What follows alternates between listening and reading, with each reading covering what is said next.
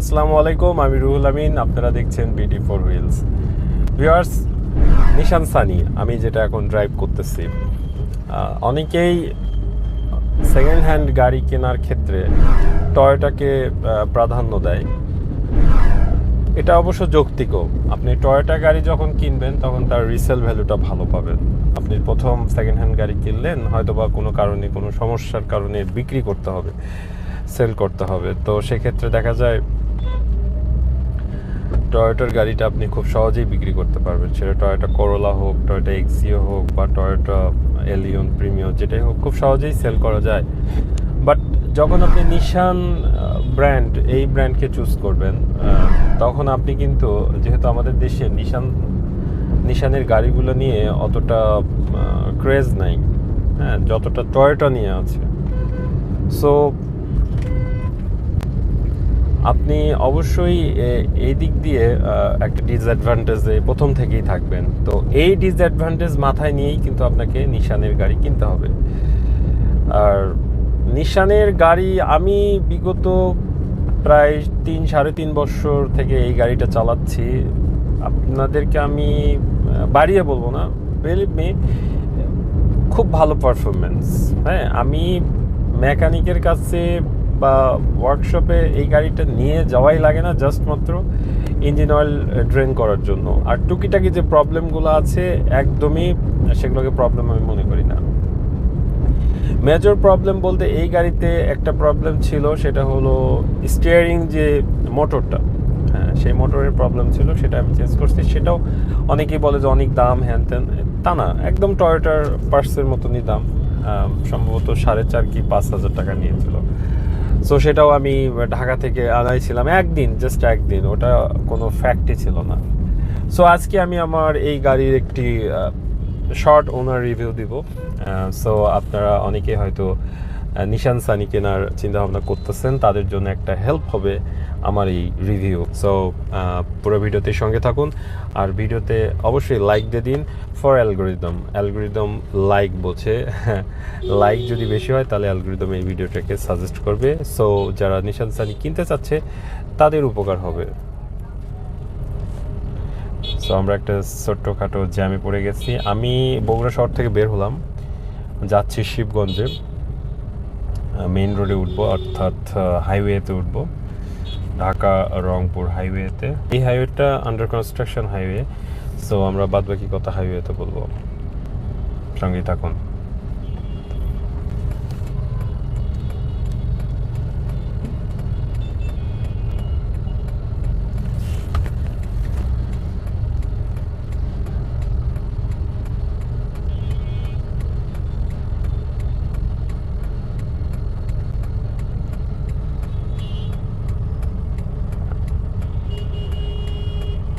খুব বাজে অবস্থা এখানে, মানে চতুর্পাশ থেকে গাড়ি এসে সবগুলো এক জায়গায় জমা হয়ে গেছে। অবশ্য এখানে এই অবস্থা থাকবে না, আর হয়তো বা সর্বোচ্চ 3-4 মাস বা 6 মাসের মধ্যে এখানে ফ্লাইওভার যখন হয়ে যাবে, ইউ ক্যান সি, সামনে ক্যামেরাতে আপনারা দেখতে পাচ্ছেন যে ফ্লাইওভারের কাজ চলতেছে। এটা যখন কমপ্লিট হয়ে যাবে তখন হাইওয়ের গাড়িগুলো সরাসরি উঠতে চলে যাবে। Let's wait for that. আশা করি যা হবে ভালোই হবে। সো আমরা সোজা গিয়ে ডানে ঢুকবো।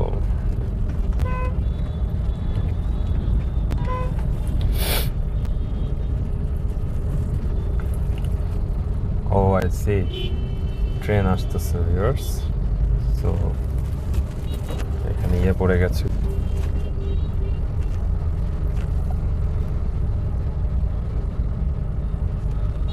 অপেক্ষা ছাড়া কোনো উপায় নেই।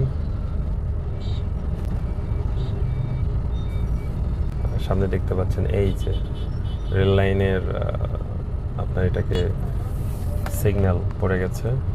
সো আমাদের অপেক্ষা করতে হবে। সো ভিউয়ার্স, এর মধ্যেই শুরু করে দিই। আমি এই গাড়িটা কিনেছিলাম কোভিডের পর, মানে কোভিড শুরু হওয়ার পর লকডাউন, গাড়ি ঘোড়া অ্যাভেলেবেল না। সো আমি চিন্তা করলাম ফ্যামিলির জন্য এবং ছোটোখাটো এখানে সেখানে যাওয়ার জন্য আপনার একটা গাড়ির প্রয়োজন। সো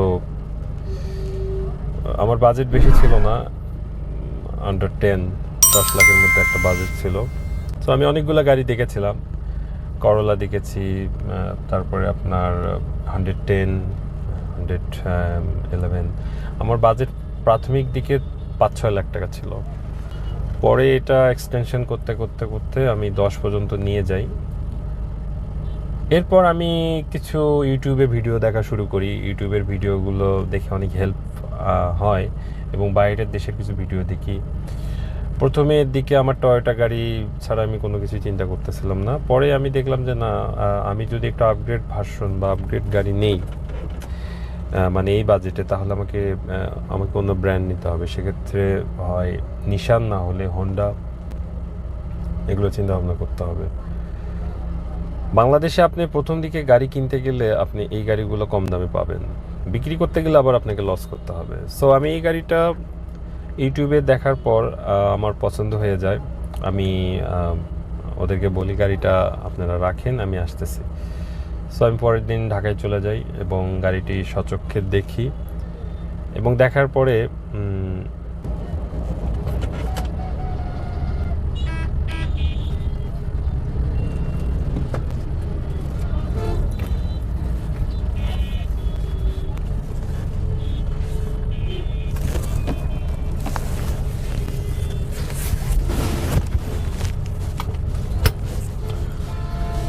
সিট বেল্ট অবশ্যই পরবেন। আমি মাঝে মাঝেই ভুলে যাই সিট বেল্ট লাগাতে।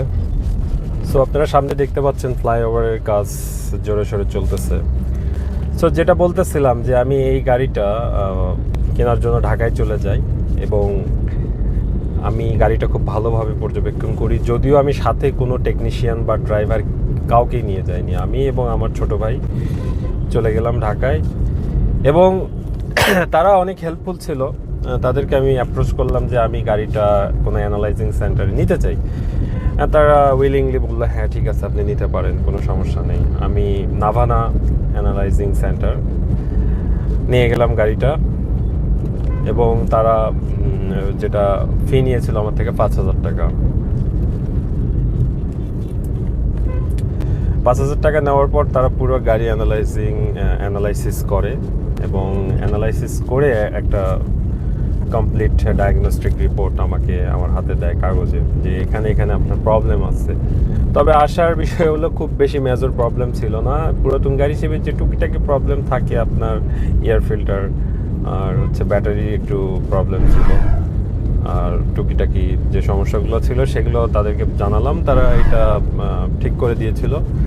সো আমি পরবর্তীতে তাদের সাথে ডিল করে ফেলি। এই গাড়িটা আমার অলমোস্ট 8 লাখ টাকা পড়েছিল। সো আমি গাড়িটা নিয়ে আসলাম। তবে আমার একটা ভুল ছিল যে এই গাড়িটা যখন আমি কিনি সেই দিনই গাড়িটা আমি এলপিজিতে কনভার্ট করেছিলাম। গাড়িটা তেলে ছিল, এবং কিলোমিটার মানে মাইলেজ ছিল আপনার কত, ধরেন 49,000 কিলোমিটারের মতো চলেছিল। আমি একটা ভালো গাড়ি পেয়েছিলাম। সো তেলে চলতেছিল গাড়িটা, কিন্তু আমি সেই দিনই এলপিজিতে কনভার্ট করেছিলাম। ওটা আমার একটা ব্যাড ডিসিশন ছিল। এলপিজির দাম বেড়ে গেল। হ্যাঁ, প্রথম অবস্থায় ছিল কম, এরপর আমি আবার সিএনজিতে কনভার্ট করেছিলাম। এটি 1.3 লিটার, এবং আপনার ইঞ্জিনটা খুবই ভালো, হিট মানে ওভার হিট হয় না। আমি দেখেছি অনেকক্ষণ চালিয়ে, প্রায় 7-8 ঘন্টা একটানা চালানোর পরও আপনার গাড়ি কিন্তু ওভার হিট হয় না। সেক্ষেত্রে আমি খুবই লাকি যে ভালো একটা ইঞ্জিন পেয়েছি।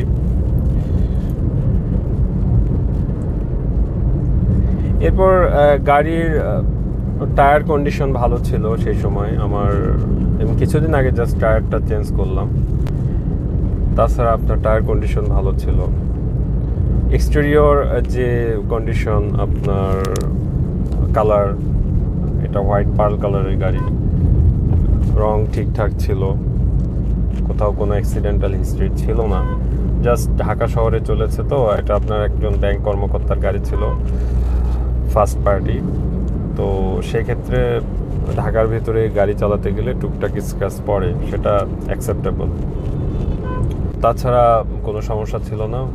তো আমি ভালোভাবেই গাড়িটা চালাচ্ছি এ পর্যন্ত, আল্লাহর রহমতে। গাড়ি তেলে আপনার মাইলেজ দেয় 10। আমি হাইওয়েতে এখন আছি এসি সহ, হয়তো বা 10-11 এরকমই যাবে। তবে যারা সিএনজিতে গাড়ি চালাতে চাচ্ছেন, যে অনেকেই ভাবেন নিশান সানি সিএনজিতে ভালো পারফর্ম করে না, এটা একদম ভুল ধারণা। আপনার এলপিজিতে যেরকম পারফরমেন্স পাবেন, আপনি সেম সিএনজিতেও পারফরমেন্স পাবেন। এখানে চিন্তা ভাবনার কিছুই নেই। আপনি অবশ্যই সিএনজিতে কনভার্ট করুন। আমি আপনাকে বলতেছি, আমি চালাচ্ছি তো, আমি প্রায় হয়েই তো গেল 2 বছর। আপনার সিএনজিতে কোনো প্রবলেম হয় না গাড়ির। টাইম টু টাইম গাড়ি মেনটেনেন্সে নিয়ে যাবেন। আপনার গাড়ির যে ওয়েল ড্রেন, সেটা ঠিক মতো করলে গাড়ির কোনো সমস্যাই আপনার হবে না ইনশাল্লাহ। এর ইন্টেরিয়র নিয়ে যদি কথা বলি, ইন্টেরিয়রটা অ্যাজ ইউজুয়াল ট্রেডমার্ক ইন্টেরিয়র নিশান সানির। 2009 সালের মডেল, এটা 2010-এর রেজিস্ট্রেশন। 2009 সালের যে ইন্টেরিয়রটা এসেছে সেটা কিন্তু সেম আগের মতোই ইন্টেরিয়র, এখানে আপনি কোনো পরিবর্তন লক্ষ্য করতে পারবেন না। সো অ্যাজ ইউজুয়াল, যারা আসলে আপডেটেড ফিউচারিস্টিক ড্যাশবোর্ড চাচ্ছেন, তাদের ক্ষেত্রে এই গাড়িটা হয়তো বা পছন্দ হবে না। এই গাড়ির এই যে মাঝখানে যে সেন্টার যে কনসোল বা ড্যাশবোর্ডের মাঝখানে কোনো মনিটর নেই, হ্যাঁ, একদম মনিটর লাগানোর কোনো স্পেসও নাই। আপনার উপরে যে রিয়ার ভিউ মিরর আছে, এখানে একটা মনিটর আগে থেকে ছিল, আমি লাগাইনি। সো এই তো। আর ভিতরে এসি পারফরমেন্স যদি বলেন, এসি পারফরমেন্স 1.3 লিটার, অনেকে বলে যে এসি পারফরমেন্স হয়তো বা ভালো হবে না, এটা ভুল ধারণা। এসি পারফরমেন্স ভালো, একদম সুপার কুল না, তবে মোটামুটি ভালোই কুল হয়। সামনে সমস্যা হয় না, পিছনে হয়তো বা একটু যারা থাকে তাদের প্রবলেম হয় ঠান্ডা হতে। বাট ওভারঅল আপনি গাড়ির ভিতরে অনেকক্ষণ যখন এসি চলবে, পরিবেশটা ঠান্ডা হয়ে যাবে। এরপর সিটিং পজিশন বা সিটিং ক্যাপাসিটি, আপনার নিশান সানি লাক্সারিয়াস গাড়ির মধ্যেই পড়ে। আপনার পেছনের সিটিং কন্ডিশনটা খুবই সুন্দর। সোফার যে সোফা সেট, এখানে আপনার হ্যান্ড রেস্ট আছে মাঝখানে, কমফোর্টলি 2জন তো কমফোর্টলি বসতে পারবে, এবং 3জনও আপনি বসে জার্নি করতে পারবেন। মাঝখানে যে বসবে তার একটু প্রবলেম হবে, পা রাখার জায়গাটা উঁচা। সো এমনিতে লেগ রুম এবং হেডরুম নিয়ে কোনো প্রবলেম নাই, খুব ভালো লেগ রুম হেডরুম। আর সামনে ড্রাইভিং সিটে যে আমি বসে আছি, এটা মারাত্মক লেভেলের কমফোর্ট। আপনি একটানা সারাদিন গাড়ি চালালেও মানে আপনার কোনো রকমের ক্লান্তি আসবে না। খুব সুন্দর। পাশের যে প্যাসেঞ্জার, ওটার তো সিটিং কন্ডিশন অনেক সুন্দর, লেগ রুম এবং হেডরুম। সো স্টিয়ারিংয়ে যদি বলেন, স্টিয়ারিংটা অনেক স্মুথ। সামনের গাড়ির যে কন্ডিশন, সেটা একদম সামনে পড়ে আছে। আপনার সামনে যে ভিজিবল, আমি সামনে যে দেখতেছি ভিজিবল কন্ডিশন অনেক ভালো। প্রথম দিকে আমি বাটি লাগিয়েছিলাম 2টাতেই, পরে আমি সামনের বাটিটা খুলে ফেলি, কারণ বেশি উঁচা করার ফলে সামনে উঁচা হয়ে গিয়েছিল, মানে ব্যালেন্সটা খারাপ হয়ে গিয়েছিল গাড়ির। সো আমি পরামর্শ দেবো, যারা নিশান সানি কিনবেন, একটু হাইট বাড়িয়ে নেওয়ার জন্য হয়তো বাটি লাগাবেন, এক্সটেনশন করবেন।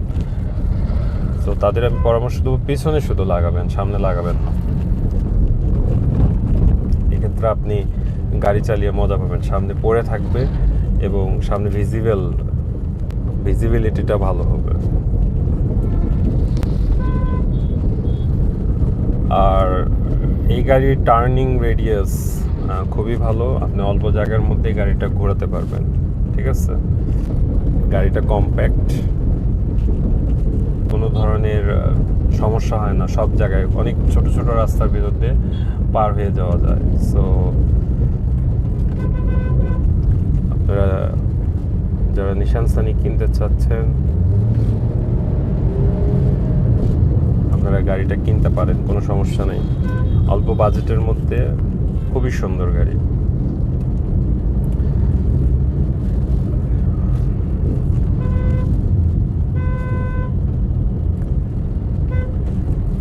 এই গাড়ির ডিসঅ্যাডভান্টেজগুলো যদি আমি বলি, ডিসঅ্যাডভান্টেজ তো অবশ্যই সব জিনিসে থাকবে, সব অ্যাডভান্টেজ থাকবে তা তো হবে না, ডিসঅ্যাডভান্টেজও আছে। ডিসঅ্যাডভান্টেজ হচ্ছে লাইট। হ্যাঁ, রাতের বেলা গাড়ি চালাতে খুব সমস্যা হয়। আপনার এখনকার বর্তমানে সব গাড়িতে কি সব আপডেট লাইট, হেডলাইটগুলো এসেছে। ঠিক আছে, এলইডি লাইটগুলো, প্রজেকশন হেডলাইট, বাট এটার হচ্ছে ব্যাকডেটেড হ্যালোজেন এবং পোর কোয়ালিটির। এই একটা বিষয় আপনাকে হয়তো বা ভোগাবে, বাট সেটাও আপনি আস্তে আস্তে কভার করে ফেলবেন। আমার এখন আর প্রবলেম হয় না, আমি লাইট আপডেট করছি, রিকন্ডিশন লাইট লাগাইছি। সো লাইটের পাওয়ারটা আমি এই মুহূর্তে ভুলে গেছি, আপনাদেরকে আমি অবশ্যই জানাবো। কমেন্ট বক্স থেকেও জানার ইচ্ছা থাকলে করেন, আমি জানাবো না। আপনাকে রাতের বেলা সজাগ থেকেই গাড়ি চালাতে হবে। এছাড়া এই গাড়িতে ফগ লাইট আছে, কোনো সমস্যা নেই। ব্রেকিং সিস্টেমটা ভালো, ডিস্ক ব্রেক, গাড়ি খুব সহজেই কন্ট্রোল করা যায়। আরেকটা ডিসঅ্যাডভান্টেজের কথা বলি, সেটা হলো ready pick up. Ready pick up অনেক সময় আমাদের লাগে, ধরেন কোনো গাড়িকে ওভারটেক করতেছেন, সেই সময় ইনস্ট্যান্ট আপনার একটা পিক আপ দরকার হয়। আপনার হয় না এমন না, হয়। ধরেন এই যে আমি দিলাম রেডি পিক আপ, হ্যাঁ, কিন্তু সেটা 2 সেকেন্ডের মতো দেরি হয়েছে। সো 2 সেকেন্ড দেরি হওয়া তো সমস্যা, আপনার ইনস্ট্যান্ট হয় না, এটা একটা ঝামেলা। তবে এটাও আপনি অভ্যস্ত হয়ে যাবেন, আপনি জানবেন যে আপনার গাড়ি 2 সেকেন্ড বা 1.5 সেকেন্ড দেরি হচ্ছে, সেক্ষেত্রে সেই সময় আপনার হাতে রেখে আপনি কাজ করবেন। সো আপনারা নিশান সানি যারা 2005, 6, 7, 8, 9, 10 এগুলো মোটামুটি একই, আপনার 1.3 লিটার ইঞ্জিন, এক্সট্রা কোনো ফ্যাসিলিটিস নেই। 10-এর মডেলটা হয়তো বা একটু ডিফারেন্ট, হ্যাঁ, একটু চেসিসটা একটু বড় হতে পারে, বাট 9 পর্যন্ত সেম। আপনি যে গাড়িটাই নেন না কেন, এই 2000 মানে নিশান সানি আপনার 1300 সিসির, আপনি অবশ্যই এরিয়াটা দেখে নেবেন, চেসিসগুলো দেখে নেবেন। গাড়িটা লিফটে তুলে নিচের কন্ডিশনটা অবশ্যই আপনাকে দেখতে হবে, তাছাড়া আপনি কিন্তু পরবর্তীতে কাজ করতে করতে অবস্থা খারাপ হয়ে যাবে। নেচার কন্ডিশন বলতে আমি বোঝাচ্ছি যে, ধরেন আপনি যখন লিফটারে তুলবেন, আপনার নিচে যদি জং ধরা থাকে, আপনার যে স্টিয়ারিং যে মোটরগুলো আছে, আপনার সাসপেনশনগুলো আছে, আপনার বোসগুলো দেখতে হবে যে কাটা আছে কি না। কাটা থাকতেই পারে, তো সেগুলো আপনি চেঞ্জ করে নেবেন। আর ইঞ্জিন তো আসলে লাক, আপনার ইঞ্জিনটা ভালোভাবে চেক করে নিতে হবে। আমার এই ইঞ্জিনটা খুবই ভালো, আমি fully satisfied with this engine. So এই তো, আপনারা যারা নিশান সানি EX সেলুন 1.3 লিটার কিনতে চাচ্ছেন, আপনারা নিঃসন্দেহে বা নির্দ্বিধায় কিনতে পারেন। জাস্ট আপনাদের যেটুকু বললাম, গাড়িটা কেনার আগে অবশ্যই যদি নিজে বোঝেন, ভালো না হলে অ্যানালাইজিং সেন্টারে নিয়ে যাবেন। সেটাও যদি না পারেন, অবশ্যই দক্ষ এবং বিশ্বস্ত টেকনিশিয়ানকে সাথে নেবেন, যে গাড়ি সম্পর্কে বোঝে আর কি। হ্যাঁ, আর গাড়ি অবশ্যই ফার্স্ট পার্টি থেকে নেওয়ার চেষ্টা করবেন। ফার্স্ট পার্টি যদি না পারেন, যদি সেকেন্ড পার্টি হয়, গাড়িটা যেন তার নামে থাকে। গাড়ি কেনার পরে আপনার এই কাগজপাতি নিয়ে ঝামেলা, এটা কিন্তু অনেক ভোগান্তির একটা বিষয়। হ্যাঁ, সো আশা করি আজকের এই ভিডিওটা যারা বিশেষ করে নিশান সানি কিনতে চাচ্ছেন তাদের জন্য অনেক হেল্পফুল হবে কেনার ক্ষেত্রে। সব ধরনের প্রশ্ন উত্তর হয়তো বা এই ভিডিওতে পেয়ে যাবেন। তারপরে যদি কোনো রকম কোয়ারি থাকে, আপনারা আরও জানতে চান, তাহলে অবশ্যই আপনারা আমাকে নক করতে পারেন। কমেন্ট বক্সে আপনারা কমেন্ট করুন, আমি অবশ্যই ইনশাল্লাহ আপনাদেরকে উত্তর দেওয়ার চেষ্টা করব। সো এই বলে আজকের ভিডিও এখানে শেষ করতেছি। আশা করি ভিডিওটি আপনাদের ভালো লেগেছে। ভালো লাগলে অবশ্যই লাইক করুন আর চ্যানেলটি সাবস্ক্রাইব করুন। ধন্যবাদ।